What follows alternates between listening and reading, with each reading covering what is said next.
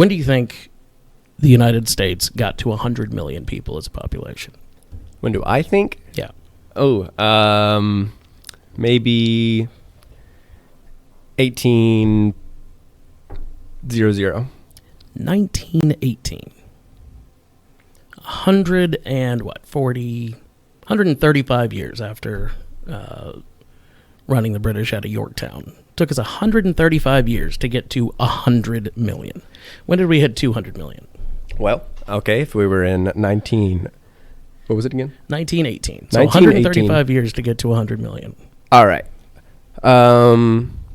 See, I said 1800, and you gave me a face, so I went too low. Apparently, I didn't pay attention. How long did it take us to get our second 100 million? Second 100 million, I'm going to guess maybe another 15 years. 35. So it was 1953. Okay, a little bit longer. 300 million took us another 27 years. So that 135 to get to 100 million. 70 years later, we were at 300 million. Wow. Just exponential growth that nobody saw coming. And I still don't think our infrastructure was ready for it or has really thoroughly adjusted to it. But so the number of people expanded exponentially. The ability for these people to move around expanded exponentially, and to do so kind of voluntarily, because there had been migrant populations around the U.S. since before there was a U.S., but now it's seeking better opportunities rather than there's absolutely nothing here, I'm going to go somewhere else. Improving your lot rather than hoping to find one.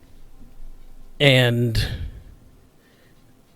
this massive exponential increase in population also has affected how we deal with people crossing that big border in a lot of ways. Because for that first 140 years, the federal government didn't really care about immigration. That was the state's problem.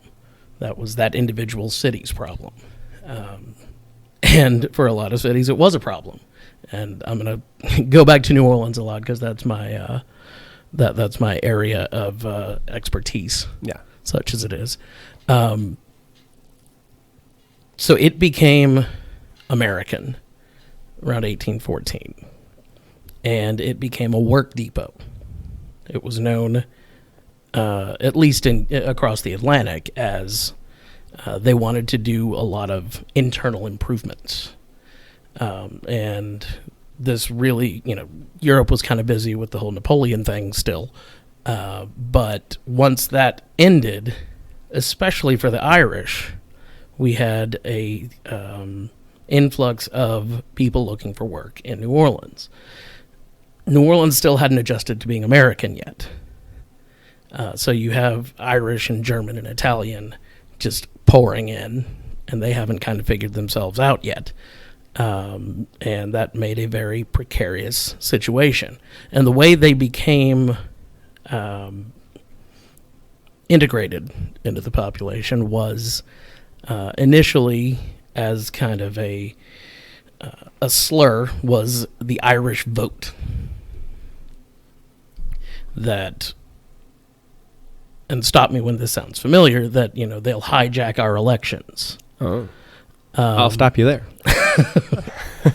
So that's whatever. And at first, the parties of the day, neither of them really wanted the Irish vote.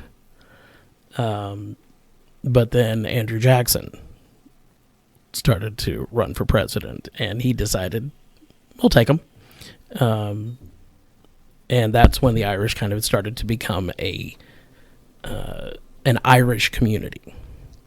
Well, it's a vote all the same. So, and obviously he saw that, and right.